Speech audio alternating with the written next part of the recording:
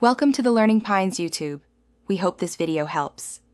In this video, I will explain how to reset your VW Tiguan service light. First, make sure your car's ignition is completely off. This is a crucial first step for the reset process to work correctly.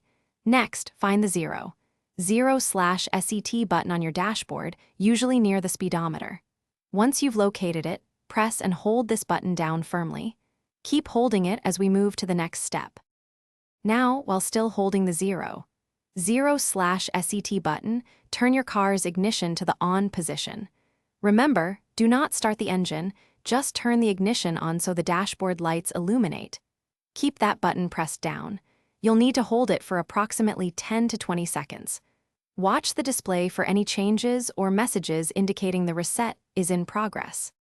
Once you see the display change or flash, you can release the zero/SET button. This usually signifies that the reset procedure has been initiated. After releasing the button, turn your ignition completely off. Then, restart your vehicle as you normally would. The service light should now be off, indicating a successful reset. If it's still on, you might need to repeat the process. It's important to note that this method primarily resets the oil change service reminder. If you have other warning lights, they might require different attention.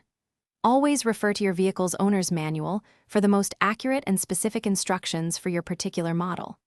Also, for a fresh car, check out the link in the description for Little Trees black ice and other great deals.